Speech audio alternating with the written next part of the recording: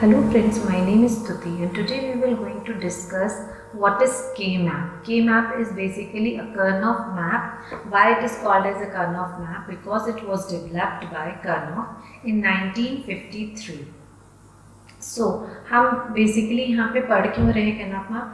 Why it is used to simplify, minimize Boolean expression.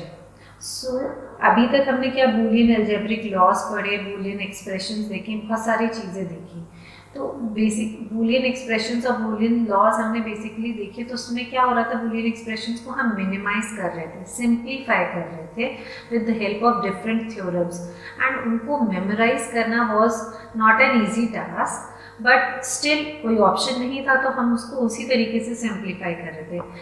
Then ये Karnaugh map आया, that is a K map आया, जिसके through we can simplify those Boolean expression in a more better way. And हमें क्या है, हमें theorems को अब याद करने की भी ज़रूरत नहीं है, ना याद रखने की ज़रूरत है सच, because it helps to solve the boolean expression in a very easy way. So next point हमारा क्या कह रहा है, it is basically a pictorial representation of boolean expression. तो K-map क्या है, बेसिकली क्या एक पिक्टोरियल रिप्रेजेंटेशन है हमारी, पिक्टोरियल रिप्रेजेंटेशन है हमारे बूलियन एक्सप्रेशन का। मतलब सपोज कोई भी फंक्शन दिया हुआ है हमें XYZ और उसका जो भी रिप्रेजेंटेशन है उसको हमने पिक्टोरियल फॉर्म में रिप्रेजेंट करा है। और एज पर दी साइंस ऑल्सो ये सबको पता है कि पिक्टोरियल चीज़ें लोगों को ज़्यादा इजी होती हैं और ज़्यादा इजीली ग्रैप्स हो सकती हैं। That is why also K-map is more easy to understand and to work also. K-map के अंदर हम डिफरेंट सेट ऑफ वेरिएबल्स, मतलब Boolean expression they having 2 variables, 3 variables, 4 variables and 5 variables also can be solve. मतलब हमारे expression के अंदर suppose variable है, कोई फंक्शन है जिसके अंदर वेरिएबल a भी है, b भी है, c भी है and d and in fact e भी है। Till 5 variables we can solve with the help of K-map, but in this video we will be discussing only 2, 3 and 4 K-maps. 5 variables को भी हम solve कर सकते हैं, but it has a different way, so we will take it in some other video. Next point क्या लिखा हुआ है, K-map को अभी जब हम डिज़ाइन करेंगे तो आपको लास्ट पॉइंट ज़्यादा क्लियर हो जाएगा। लास्ट पॉइंट में हमारे क्या लिखा हुआ है कि number of cells in K-map is 2 raised to the power n। Basically sorry ये n इधर प्लेस्ड हो गया है। तो नंबर ऑफ सेल्स कितनी होती है K-map के अंदर, पिक्टोरियल रिप्रेजेंटेशन है तो हम इसको सेल्स के अंदर एक टैबुलर फॉर्म में रिप्रेजेंट करने वाले हैं। तो उसके अंदर एक K-map के अंदर कितनी सेल्स होंगी वो डिफाइन करता है as 2 raised to the power n। और n क्या है यहाँ पे, हमारा नंबर ऑफ वेरिएबल्स। मतलब अगर 2 वेरिएबल हमारा K-map होगा, 2 वेरिएबल्स होंगे तो उसमें नंबर ऑफ सेल्स कितनी हो जाएंगी, 2 raised to the power 2, that is 4। And अगर हमारा 3 वेरिएबल K-map होगा तो उसमें कितनी हो जाएंगी, 2 raised to the power 3, that is 8 cells होंगे। लेट्स सी, अगर भी हम आगे देखेंगे तो उसमें हमें और क्लियर होती जाएगी वो चीज़ें।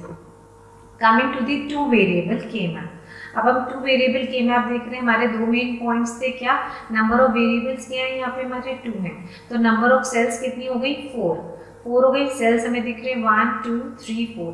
This is the way we draw K-map। Basically एक रेक्टेंगुलर हम सेल बना लेंगे, टेबल सा बन जाएगा और यहाँ पे हमने एक डिवीजन दे दिया है, division for the variable basically.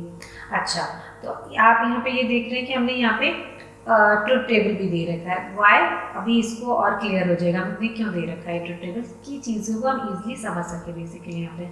अच्छा, अब हमारे पास 2 वेरिएबल हैं सपोज a एंड b, ठीक है। a b वेरिएबल होते हैं तो हमारे कॉम्बिनेशंस कितने हो गए, 2 raised to the power n, means जितने नंबर ऑफ सेल्स हैं उतने ही कॉम्बिनेशंस हैं हमारे पास।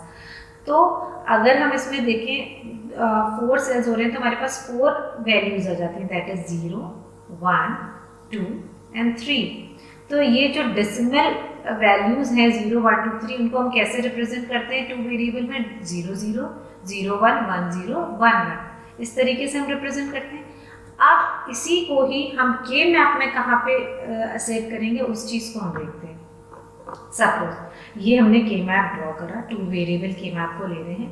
हमने एक वेरिएबल लिखा यहाँ पे ए, सेकेंड वेरिएबल हमने लिखा यहाँ बी। आप स्विच कर सकते हैं, ए ऊपर भी हो सकता है, देन बी नीचे भी हो सकता है, it's all on you, but the way I am taking it is a इधर ले लिया हमने, बी इधर ले लिया। अब ये जो सेल्स हैं बेसिकली आर दी कॉम्बिनेशंस कि कितने कॉम्बिनेशन में वो पर्टिकुलर वेरिएबल रह सकता है। तो बी कितने कॉम्बिनेशन में रह सकता है, या तो 0 हो सकता है या तो 1 होगा। ए क्या है, या तो 0 होगा या तो 1 होगा। ओके, 0 1 0 1, इनमें से एक ऑप्शन है। 0 का मतलब हो गया यहाँ पे ए बार, और 1 का मतलब हो गया ए, और यहाँ पे इधर 0 का मतलब हो गया बी बार, और यहाँ पे मतलब हो गया बी। हमने 0 को ए बार ले लिया, 0 can be A also, but that is in POS जब हम मैक्स टर्म्स की बात करते हैं। बेसिकली डिजिटल में जब भी हम बात कर रहे होते हैं इनिशियली, तो वो हम हमेशा मिन टर्म्स के ही वे में चल रहे होते हैं। तो अभी हम मिन टर्म्स को ही अपने बेसिक लेकर के मिन टर्म्स के अकॉर्डिंग इसको समझते हैं। ठीक है, तो अब टू वेरिएबल के मैप है, ये हमारी 4 सेल्स हैं, ये पॉसिबिलिटीज़ होती हैं। तो जब भी हम के मैप बनाएंगे, सबसे पहले हम अपने वेरिएबल्स लिखेंगे, उनके कॉम्बिनेशंस लिख देंगे 0 1 0 1। अब इसकी सेल्स को भी नंबर करना होता है। अब इसमें अगर हम देखें कि द फर्स्ट डेसिमल वैल्यू क्या थी 0, तो ये क्या हो गई, ये 0। नाउ 0 1 1 1 0 2 2, ये आ गई 3, ये आ गई। अब आप इसको मैच भी कर सकते हैं किससे, ट्रुथ टेबल को। बेसिकली मैंने ट्रुथ टेबल यहाँ पे इसीलिए बना रखा है जिससे कि हम इसको क्रॉस चेक भी कर सकें। अब अगर हम यहाँ देखते हैं 3 की वैल्यू क्या है, यहाँ पे 3 सेल पे यहाँ पे जो भी हम वैल्यू असाइन करेंगे इसमें, उसमें क्या आ रही है 1 और 1, तो मतलब ये 3 को डिफाइन कर रहा है बेसिकली। बेसिकली हमारी क्या हो गई, डेसिमल वैल्यू 3 हो गई। तो सपोज कोई फंक्शन हमें गिवन है अगर मिन टर्म्स के अकॉर्डिंग, उसमें ये दे रखा है 2 एंड 1 का हमारा फंक्शन है, तो इसको हम जब यहाँ पे प्लेस करेंगे, मिन टर्म्स है तो मिन टर्म्स में हम 1 को कंसिडर करते हैं, मतलब फंक्शन में जो भी वैल्यूज़ होती हैं उनका आउटपुट 1 हो रहा होता है। तो अगर इसमें हम देखते हैं तो 2 और 1 बोलते हैं, तो ये 2 सेल कहाँ है, यहाँ पर है, तो यहाँ पे हम 1 लिख देंगे और यहाँ पे हम 1 लिख देंगे, इस तरीके से।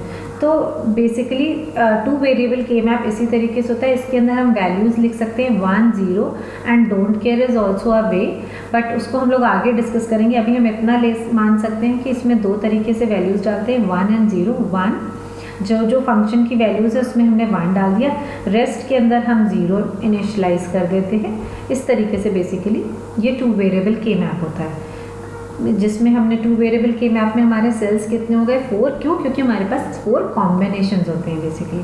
लेट्स सी 3 वेरिएबल के मैप, उसमें और ज़्यादा क्लियरिटी आ जाएगी हमारी। सी 3 वेरिएबल के मैप के अंदर क्या हो गया, वेरिएबल्स हमारे 3 हो गए। 3 वेरिएबल्स होने के कारण हमारे पास कॉम्बिनेशंस कितने हो गए, 8 हो गए। हमने उन कॉम्बिनेशंस को यहाँ टेबल में मेंशन कर दिया है टू वेरीफाई।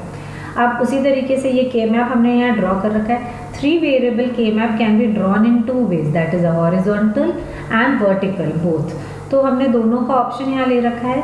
आप जब भी न्यूमेरिकल सॉल्व कर रहे हैं के मैप से related, it's all on you कि आप किस तरीके से लेना चाहते हैं। नॉलेज आपको दोनों की होनी चाहिए। तो अगर हम यहाँ पे लेते हैं तो हमने यहाँ पे एक वेरिएबल ले लिया इधर,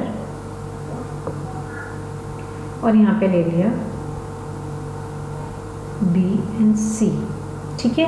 A यहाँ ले लिया, B C यहाँ ले लिया, 2 वेरिएबल इधर जाएंगे। तो अब इस तरीके से अब हमें क्या करना है, इन सेल्स की नंबरिंग भी करनी रहेगी। तो कैसे, अब इसमें हम B से A के में ऑप्शन में रह सकता है, 0 में रह सकता है वैल्यू, या 1 हो सकती है। B C के कॉम्बिनेशंस कितने हैं, 2 वेरिएबल्स हैं, तो मतलब 4 कॉम्बिनेशंस ऑप्शन में है हमारे पास। तो क्या क्या कॉम्बिनेशंस होती है हमारी, 0 0 0 1 1 0 एंड 1 1। अब हमारे पास पॉइंट आता है कि हमने 0 0 लिखा, 0 1 लिखा, देन 1 0 हमने यहाँ पे लिख दिया और 1 1 यहाँ पे थर्ड पोजीशन पे। ऐसा क्यों, वाई, बिकॉज के मैप ग्रे कोड्स को एक्सेप्ट करता है, दैट इज 1 बिट चेंज, सिर्फ 1 बिट ही चेंज हो सकती है टू चेंज दी स्टेट। इस वजह से यहाँ पे हमें इस तरीके से लेने की ज़रूरत है। अब यहाँ पे 0 0 था, 1 बिट चेंज करी यहाँ पे हमने तो 0 1 हो गया, यहाँ 1 बिट चेंज करी तो 1 1 हो गया। Now again we have change 1 bit to change the state तो 1 0 हो गया। That is why we are using grey codes over here to number the cells basically. So ये हमारी लेबलिंग हो गई। अब हमें इसकी नंबरिंग कि कौन से सेल कौन से डेसिमल नंबर को बिलोंग करता है, अगर हम इसमें लिखना चाहें तो इसमें आता है हमारा 0 1 2 3 4 5 6 7। अब आप ये देख सकते हैं 0 1 2 3 4 5 6 7 इस तरीके से।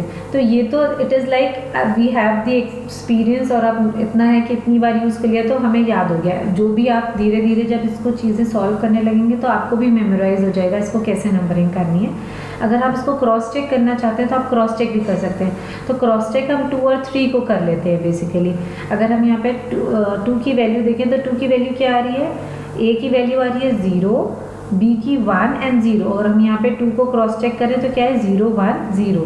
इसी तरीके से अगर हम 3 को देखना चाहें तो 0 1 1, और 3 की यहाँ पे वैल्यू क्या है 0 1 1। सेम इज विथ 7, 7 को क्रॉस चेक करें तो 1 1 1।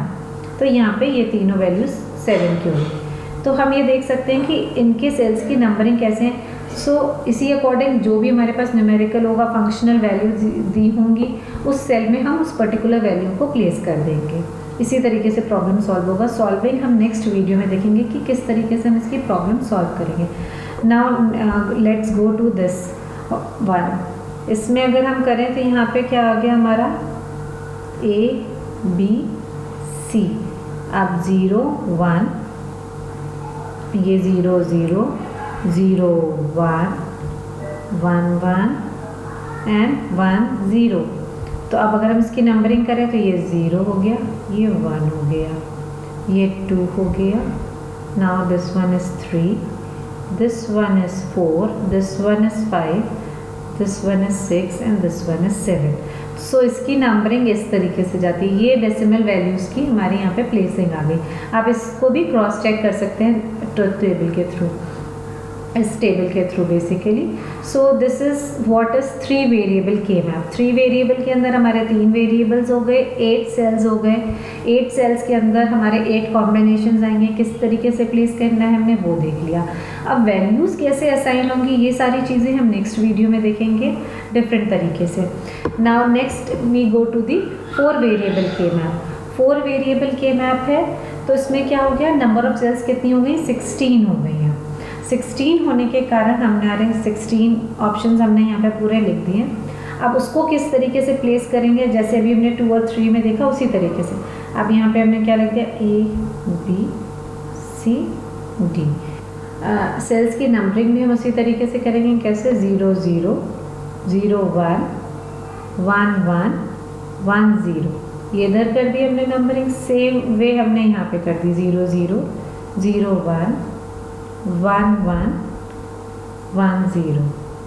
सो इनकी नंबरिंग ही सबसे इम्पॉर्टेंट चीज़ है। अगर हमें ये चीज़ क्लियर हो गई तो हम कम से कम हमें ये चीज़ क्लियर रहेगी कि हम फंक्शनल वैल्यूज़ को अच्छे से प्लेस कर पा रहे हैं सही से। अब इनकी सेल्स की नंबरिंग देखते हैं कि अब डेसिमल वैल्यूज़ कहाँ जाएंगी। तो 0 1 2 3 4 5 6 7 8 9 10 11 12 13 14 15। So this way we will going to numbers the cells basically कि हमारा 2 3 यहाँ पे स्वैपेंगे और इधर से भी हमारी स्वैपिंग रहती है। 8 9 10 इधर आ जाता है और 12 वाला लाइन इधर चली जा रही है। तो this is the way we will going to mark 4 variable के map. So I hope the 2 variable, 3 variable and 4 variable labeling you are clear with this, and in next video we will going to see how we will going to apply the values to these K map. Thank you.